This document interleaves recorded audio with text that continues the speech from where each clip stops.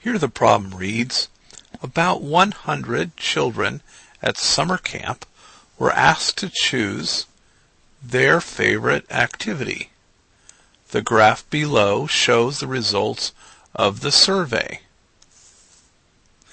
List 3 things the graph tells you about their favorite activities. So the key part of this problem is that we're supposed to list 3 things the graph tells us about their favorite activities. Well, let's go over to the graph, and the first thing we notice is, boy, there's an awfully large part of this pie chart that shows that students or campers preferred swimming. So perhaps that's the first thing we'll start with, is that campers liked swimming the best. And remember, we only have to list 3 things. Here I'm going to list more than 3, but you only have to list 3 things. Let's see, so after swimming, what's the next most popular? Looks like hiking was the second most popular. And then let's see, so we could write that.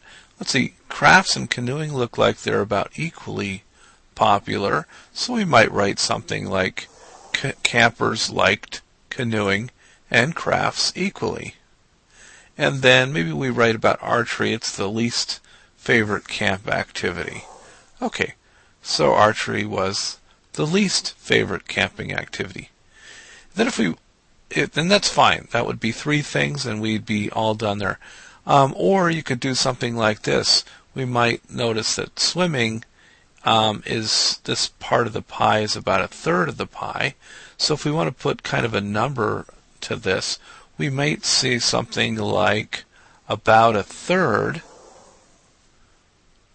or we might say 33, or use a percentage that's somewhere between 30 and 35% of campers liked swimming the best. So here it's only important that you put one of these. You don't have to put all 3 of these. Just one of those is fine.